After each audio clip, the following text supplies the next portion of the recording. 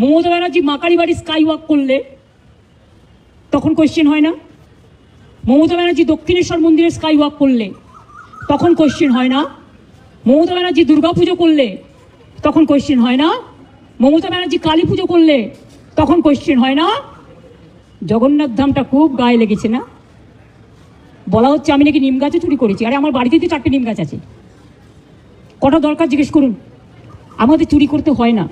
তুমি যদি হিন্দু ধর্মের সমর্থক হও তাহলে তুমি জগন্নাথ ধাম নিয়েও মমতা ব্যানার্জি নিম গাছ চুরি করে জগন্নাথ ধাম করেছে। মমতা ব্যানার্জির এই অবস্থা হয়নি।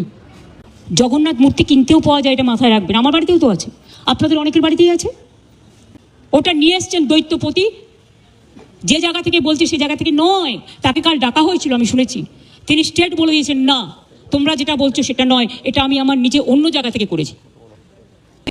আমি শুনেছি তাকে আবার কোয়েশ্চেন করা হয়েছে, তুমি কেন পুজো করতে গেছিলে? নোটিফিকেশন দিয়েছে কেউ যাবে না জগন্নাথ ধামে, কোনো পুরোহিত।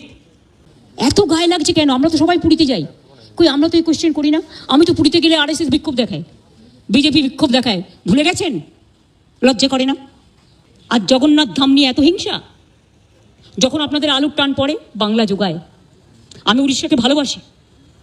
যখন আপনাদের সাইক্লোনে ইলেকট্রিসিটি সব ভেঙে যায়, সমস্ত রাস্তার পাইপগুলো, ওয়্যারগুলো নষ্ট হয়ে যায়, আপনারা আমাদের ইঞ্জিনিয়ার চান আমাদেরও সাইক্লোন হয়, তার সত্ত্বেও আমরা কিন্তু পাঠাই।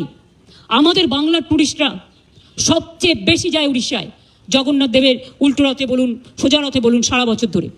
তো আমরা যদি একটা জগন্নাথ ধাম করি, আপনাদের আপত্তির কি আছে?